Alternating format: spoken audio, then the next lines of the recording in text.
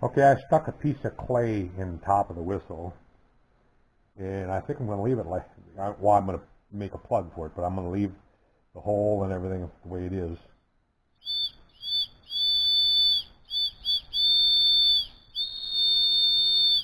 So now I'm going to make a handle for it. And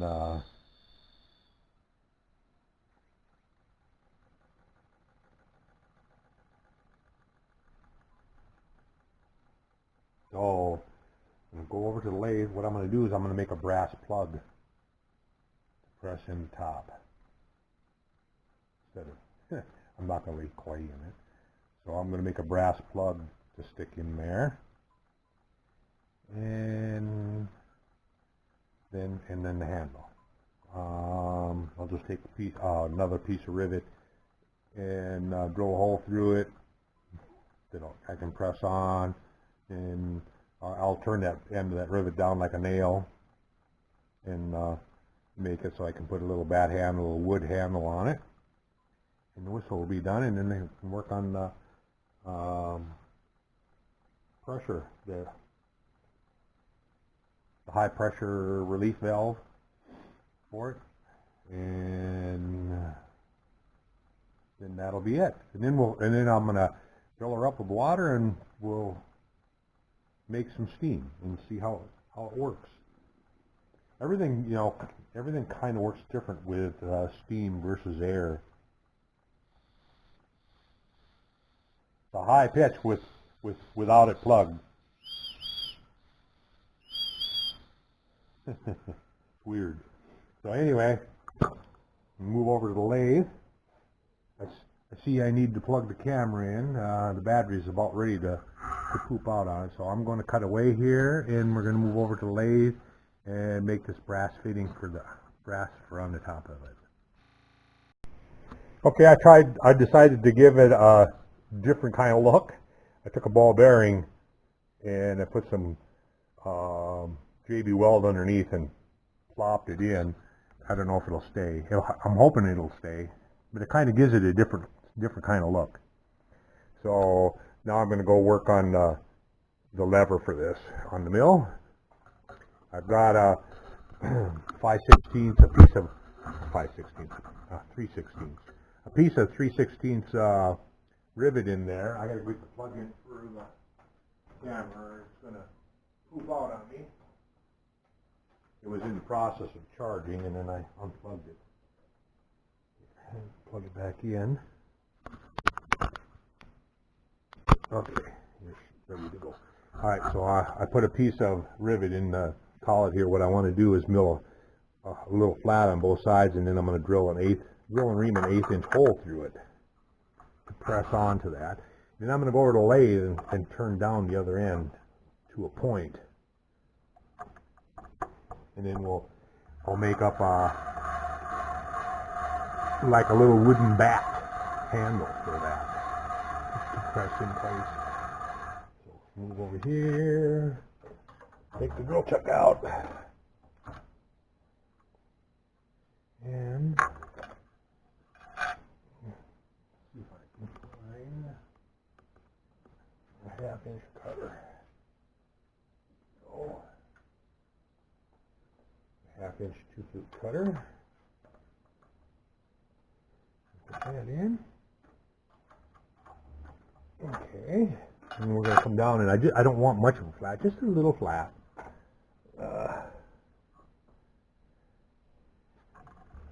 About that far. I hear a woodpecker pecking on the side of my shop. I don't know if you can hear it on the camera. Darn downy woodpeckers, and I don't know why they're doing that. It's masonite siding. There are no bugs in the siding, and it's not mating season, because usually they all cap during mating season. Now they call her mates. But anyway, he's busy tapping by the window here. All right, so here we go. Crank up and touch. I want it to be about an 1/8 inch wide flat. about the width of the hole or so. Just a little more.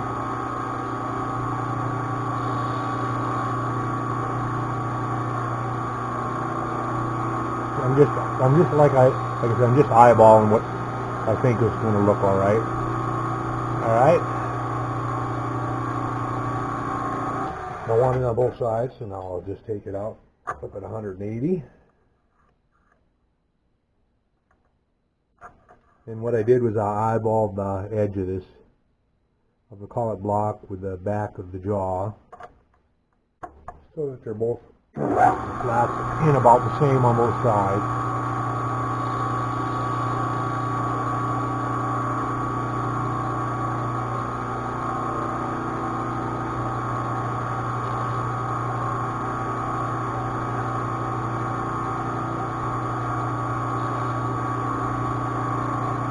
Make it a little bit deeper. Alright. So now put the drill chuck back in.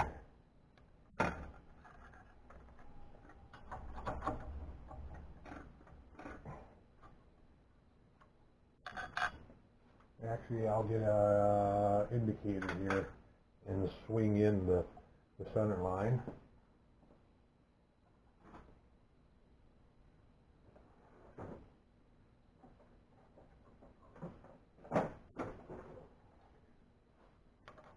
Swing in the center line first before I put that drill chuck in. And what I'll do is I'll come down here, and I'm just trying to eyeball it here to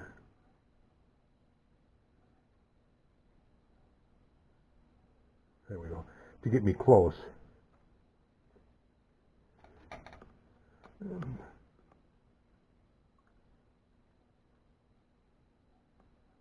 there.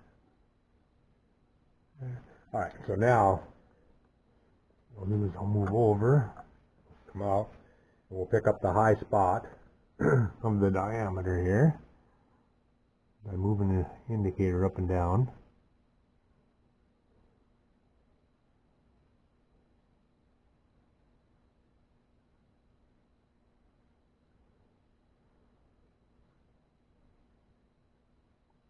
Okay, so move you over here so you can see the base of the indicator maybe. Maybe if I unplug this light, you'll be able to see better. Okay, so I'm just moving up and down here. You can see there's 0. Now I'm going to swing back and forth. Right there. So now I'm going to 0 that. So now it's 0 swinging back and forth. Should be 0 up and down. Now we'll go around to the back side.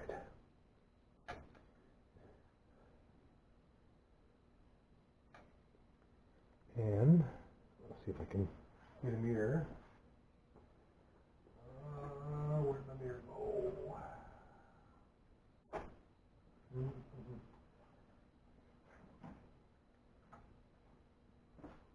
Oh, laying down here on the table. So I don't know if you can see the indicator or not. I need to see it though. So now we're going to come down and touch here. And then I'm going to swing it back and forth until I find a little spot right there. You can see we're quite a ways off. So, yeah, we bottomed the indicator out. And I'm going to move out until the needle moves. Right there. And now I'm going to move the indicator. The load, preload on the indicator is too much. Now, we'll go back up and down here to get the 0, or get the high spot. Right there. Back and forth to get the low spot. Right there. Then we'll zero the indicator. Ah, damn it. I thought I did. No, I didn't. I didn't put the magnets in that yet.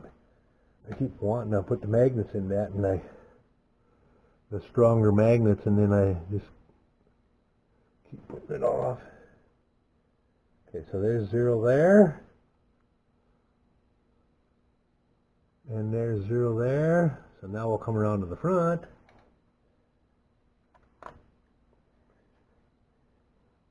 And we'll come down.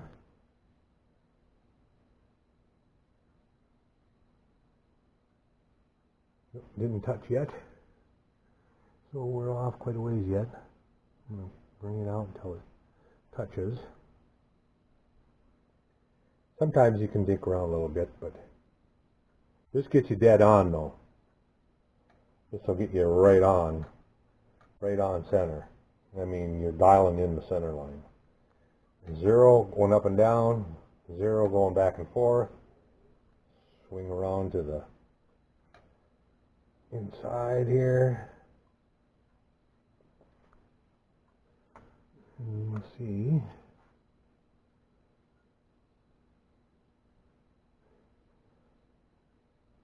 And go up and down and find the high spot. And go back and forth to find the low spot. We're fourth off from being on center. We'll move it to the 2. Right about there. Okay, go back and forth.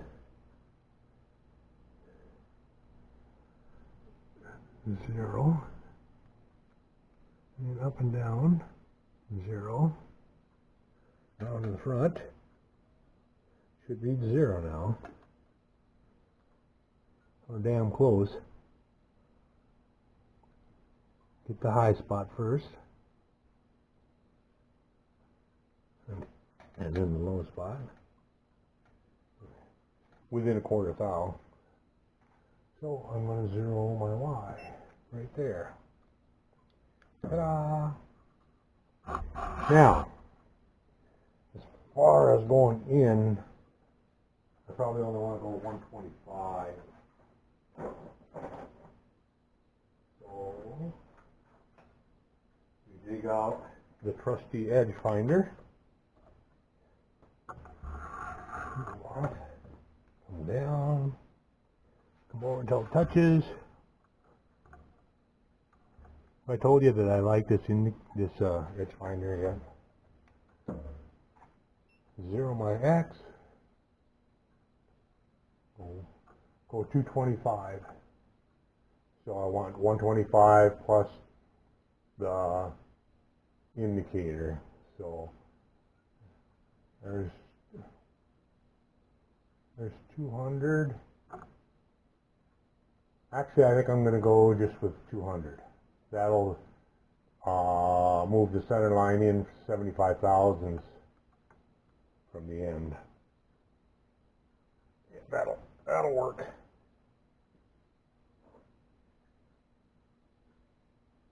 I change it. This happens a lot. I change it as I'm going along, and I go, oh, no, I'm going to change it to this. Yeah. All right, now, center drill. And got a little small center drill here.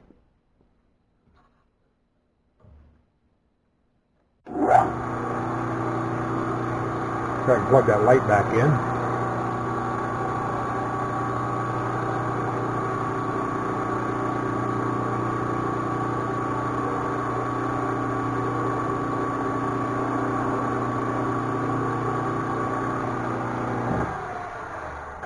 Okay. And we want about a 120 drill or so. Go with the 120. Not going to leave much for reaming. 2.5 thou on the side.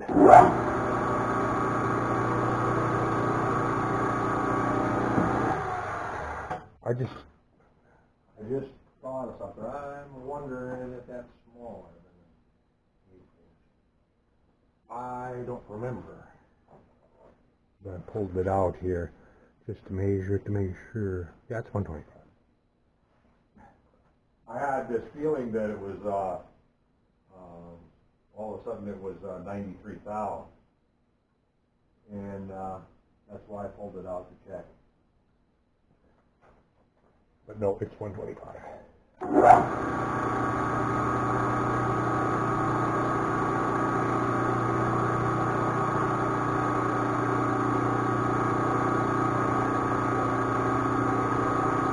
we go. And then I'm going to ream it 124 and a half. Find the reamer.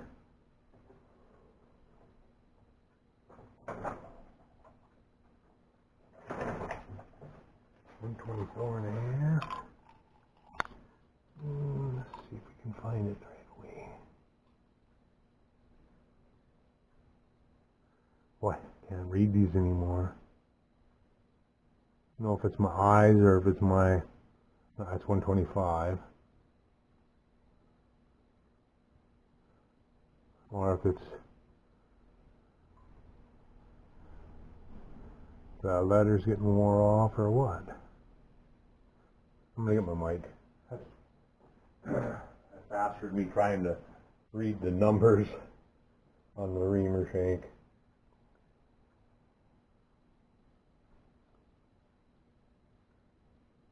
This is 127.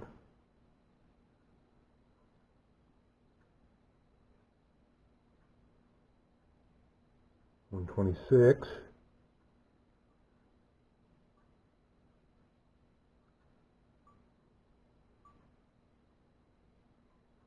126 and a half.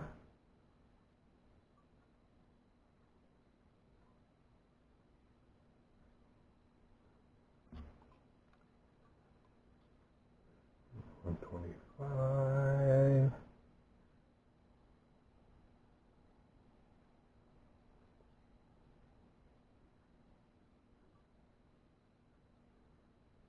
Here we go. Use this one right here.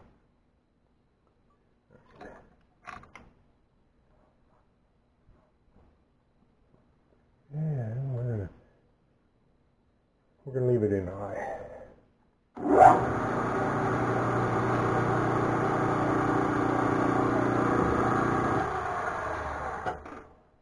I'll probably Loctite that on anyway, because I think it's gonna be a little bit on the loose side.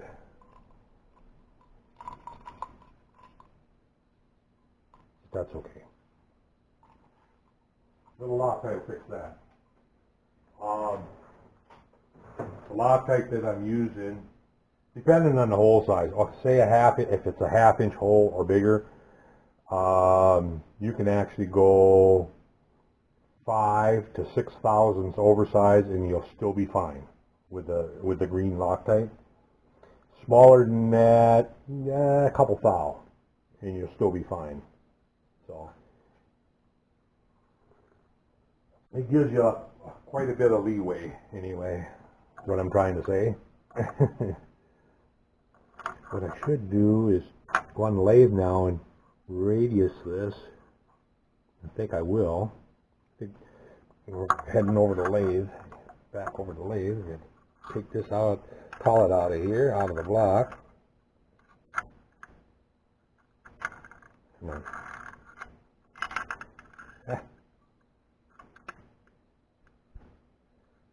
Made this handle many years ago. When you buy the blocks, I don't know if it's still the same, but back then you buy the collet blocks. You don't get the collets, and you don't get a wrench either. So everybody, would come and borrow my wrench, and actually wore the nub down on it back here, and I ended up putting some brazing rod in there to build it back up, because without that nub there, it doesn't grip. So But if you don't have a wrench, you take a punch in the hole and then try to move it around with a punch. And I did not. Hopefully my camera was going when I made when we were over in the mill. What I had was I have a 3/16 rivet in here. I milled flats on both sides and drilled and reamed an 1/8 inch hole through it. Now I'm going to full radius this end with a file. And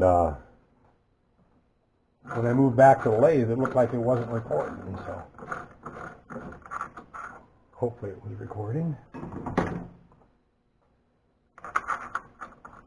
Oh, I'll take it.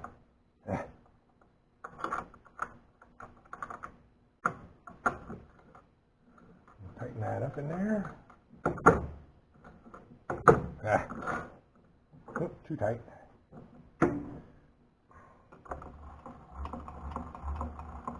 Yeah, I bought that 5C collet holder for my lathe at the same time as I bought my lathe because I knew I wanted it. I knew that there was no way that I wanted to go without that. Alright, so now I'm going to just start the lathe up. And actually, I haven't had it running today, so I'm going to take and put her in a low range here and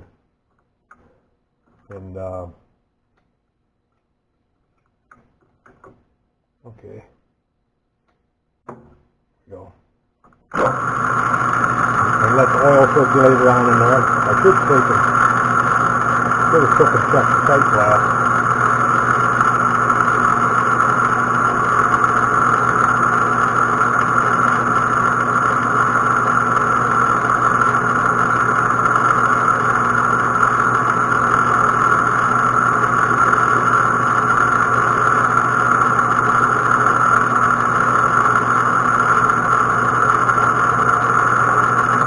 I went and got a flashlight. I'm going to check that glass. And now that it's been circulating, it should actually read low, and it's reading up above, so the sight glass is full. So that's good. So now I'll shift back into a higher range here. 1400.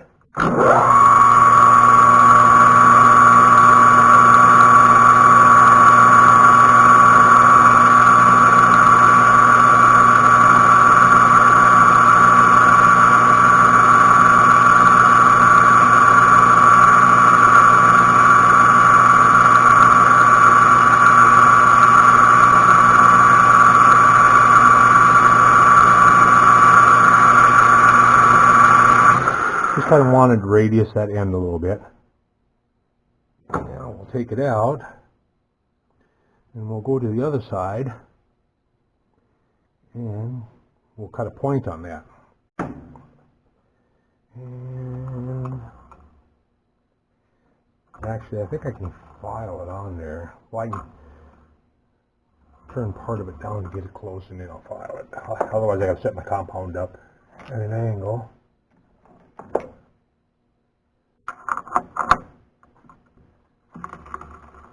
But we'll cheat.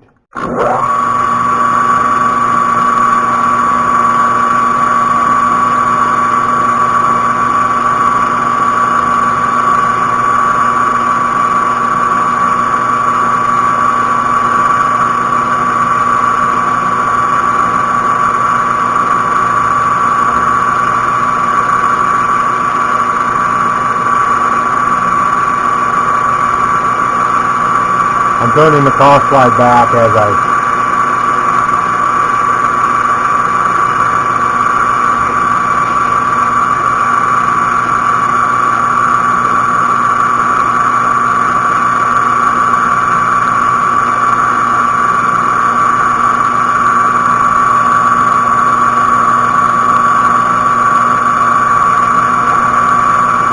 and I don't need it that wide up at the top.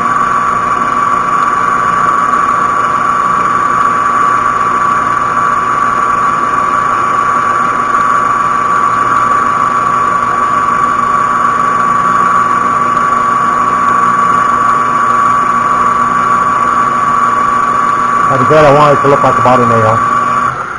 That's about what it looks like now. That should be it. Now I can put a wood handle on that. Let's go. Well, you can't go over to the surface plate because I got you plugged in. I'll unscrew the whistle and bring it over here.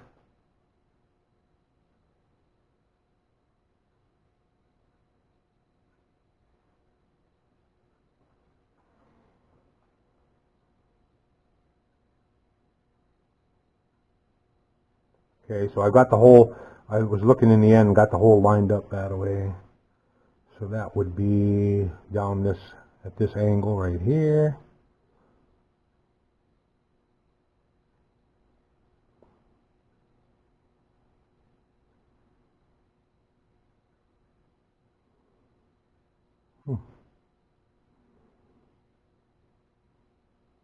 I thought it would fit on there tight. Let me get a drill and you burn that a little bit. Maybe there's a burr over there.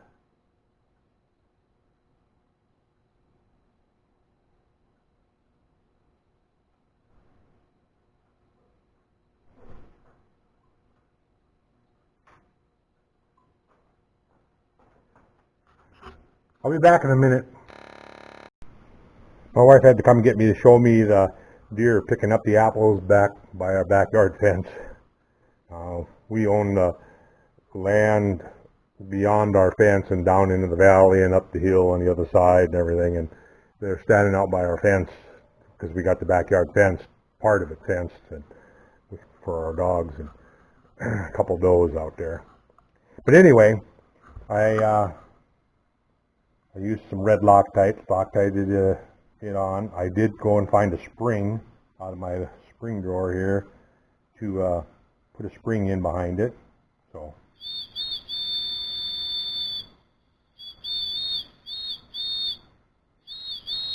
now if I turn up a little bat handle for it,